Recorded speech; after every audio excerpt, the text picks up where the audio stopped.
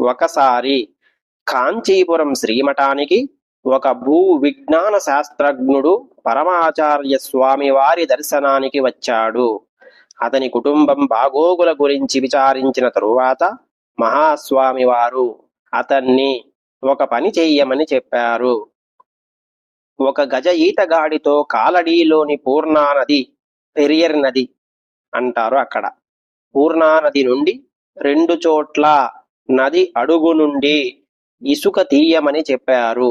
ఒకటి ఆ నది కేరళలో కాలడిలోకి ప్రవేశించే ముందు, మరియు ఇంకొకటి కాలడిలోకి ప్రవేశించిన తరువాత స్వామివారు అలా తీసిన ఇసుకని కార్బన్ డేటింగ్ ద్వారా ఆ ఇసుక యొక్క వయస్సు కనుగొనమని చెప్పారు.